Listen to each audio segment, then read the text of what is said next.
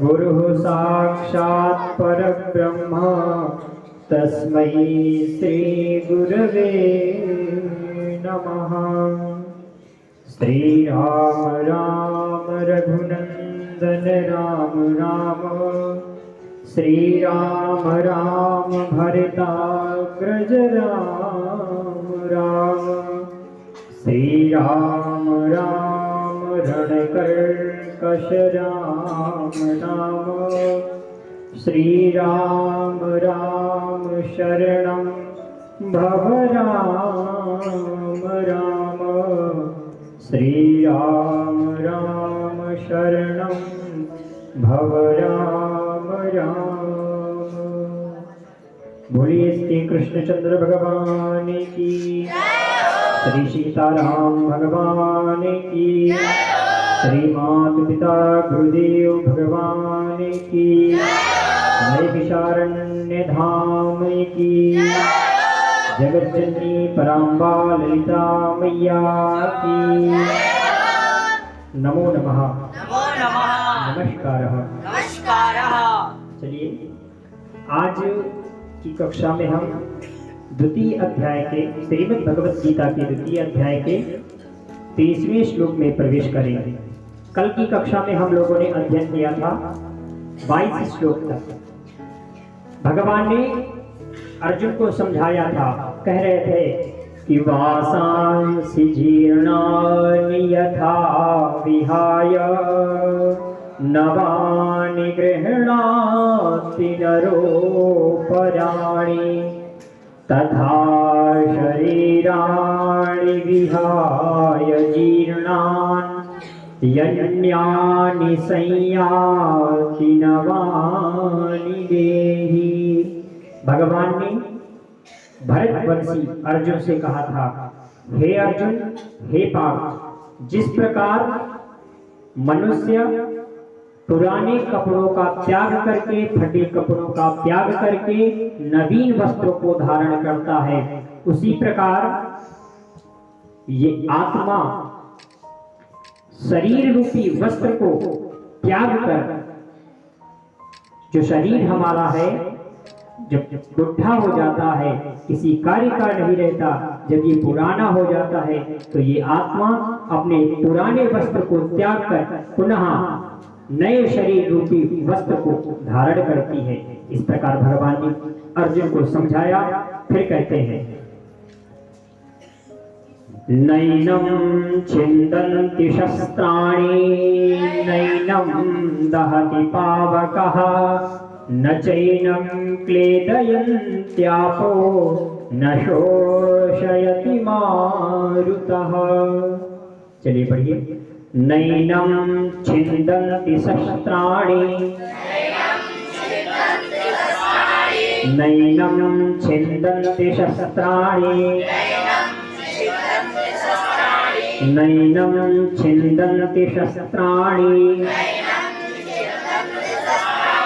नैनं दहति पावकः नैनं दहति पावकः नैनं छिन्दन्ति शस्त्राणि नैनं दहति पावकः न चैनं क्लेदयन्त्यापो न चैनं क्लेदयन्त्यापो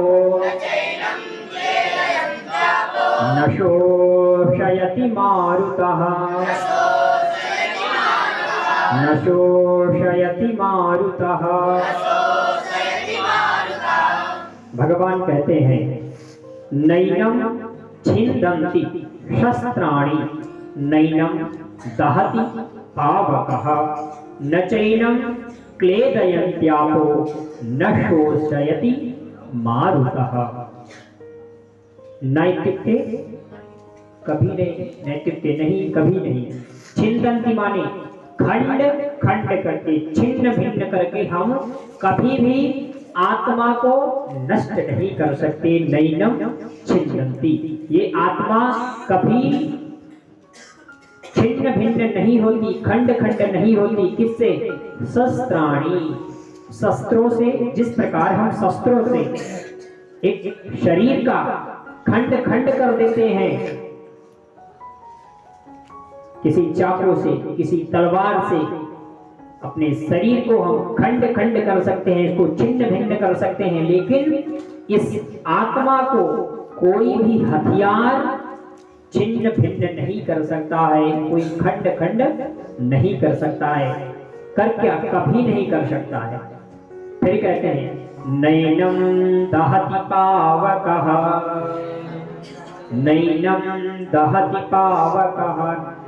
नैनम माने कभी नहीं, दहति पावकः, दहत माने दग्ध करना, जलाना, पावक इत्युक्ते अग्नि, अग्नि का पर्यायवाची है पावक। तो भगवान अर्जुन से कहते हैं कि न तो इसे शस्त्र खंड खंड कर सकते हैं, न शस्त्र से काट सकते हैं। शस्त्र किसी भी प्रकार का हो, चाहे वो तीर हो, गदा हो, तलवार हो, या आधुनिक अस्त्र हो, बम हो, परवार हो, कोई भी अस्त्र हो, आप किसी भी अस्त्र के द्वारा इस आत्मा का वध नहीं कर सकते, इस आत्मा को काट नहीं सकते, इस आत्मा का खंडन नहीं कर सकते। आप इसको खंड खंड में विभाजित आप कभी नहीं कर सकते शस्त्रों से।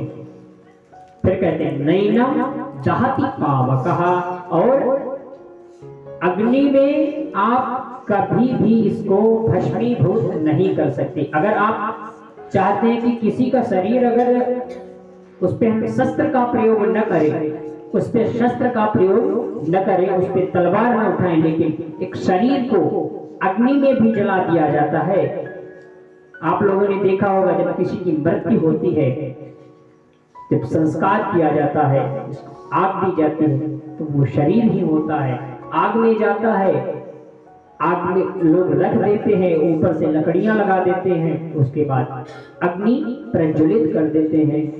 तो बाद में जब चिता शांत होती है तो आपने देखा कभी शरीर मिलता है, वहां केवल मुट्ठी भर राख मिलती है। तो अग्नि केवल और केवल शरीर को ही जला सकती है, नहीं आत्मा को। हम किसी भी प्रकार से आत्मा का वध नहीं कर सकते, ना तो उसे शस्त्रों से मार सकते हैं और न ही अग्नि में जला सकते हैं। आपके पास, भगवान अर्जुन से कहते हैं कि आपके पास दिव्यास्त्र है, आप चाहे तो बाण चला करके वर्षा करा सकते हैं, आप चाहे तो तीर चला करके अग्नि की वर्षा करा सकते हैं, लेकिन शत्रु के अंदर स्थित आत्मा का आप कभी भी वध नहीं कर पाएंगे। केवल और केवल वध करेंगे तो इनके अधर्मी शरीर का, अधर्मियों के शरीर का आप वध करेंगे। नैनम दहति पावकः, आत्मा कभी भी जलती नहीं है, आत्मा को हम कभी भी अग्नि में जला नहीं सकते हैं, भस्म नहीं कर सकते हैं। फिर कहते हैं न चैनम क्लेदयन्त्यापो, न चैनम क्लेदयन्त्यापो, और आपा इत्युक्ते जल, आपा इत्युक्ते जल। तर्क में आया है शीत स्पर्शावत्य आपः, जिसको छूने से, जिसको जल छूते हैं तो कैसा लगता है? ठंडा भी लगता है और उष्ण भी होता है, गर्म भी होता है। तो आपा इत्युक्ते जल। कहते हैं नैनम न चैनम क्लेदयन्त्यापो, और आप अगर चाहे कि अगर हम इसको अग्नि में नहीं नष्ट कर सकते, इसको हम अस्त्रों से नहीं मार सकते, तो जल से भिगो के मार देंगे, लेकिन नहीं, आत्मा को आप कभी भी जल में भिगोकर भी, जल में डुबोकर भी नहीं मार सकते हैं। मारेंगे किसी व्यक्ति को, आप ले जाएंगे तालाब में भरे जल में, उसको फेंक देंगे तो वो डूब जाएगा, डूबने के बाद मरेगा तो केवल उसका शरीर मरेगा, आत्मा कभी भी जल में नहीं मरती है। उसे जल में भी भिगोकर डुबोकर मारा नहीं जा सकता। इस प्रकार भगवान अर्जुन को उपदेश देते हैं। फिर कहते हैं न शोषयति मारुतः। फिर मारुति इत्युक्ते वायु, वायु, मारुत कहते हैं हनुमान जी को, जो वायुपुत्र है, वायुपुत्र है। मारुतः यहाँ पे वायु। फिर कहते हैं कि अगर आप शस्त्रों से भी नहीं मार सकते, अग्नि में भी जला नहीं सकते, जल में भिगो नहीं सकते, डुबो नहीं सकते, किसी भी प्रकार आत्मा को नहीं मार सकते, और मारुतः, और इस आत्मा को आप सुखा भी नहीं सकते हैं। जो कि इसको सुखा दिया जाए, वायु में सुखा दे, प्राणांत हो जाएगा, आत्मा नष्ट हो जाएगी, सूख जाएगी, ऐसा कुछ भी नहीं है। ये वायु से भी नहीं सूखने वाली आत्मा अपरिवर्तनशील है, जो कभी नष्ट नहीं होती। आत्मा अजन्मा है, आत्मा अव्यक्त है। इस प्रकार भगवान अर्जुन को समझाते हैं कि आप शस्त्रों से नष्ट नहीं कर सकते, आप अग्नि में नहीं जला सकते आत्मा को, आप जल में भी डुबोकर नहीं मार सकते, और आप वायु में भी सुखा नहीं सकते। इस आत्मा को वायु में भी सुखाया नहीं जा सकता है।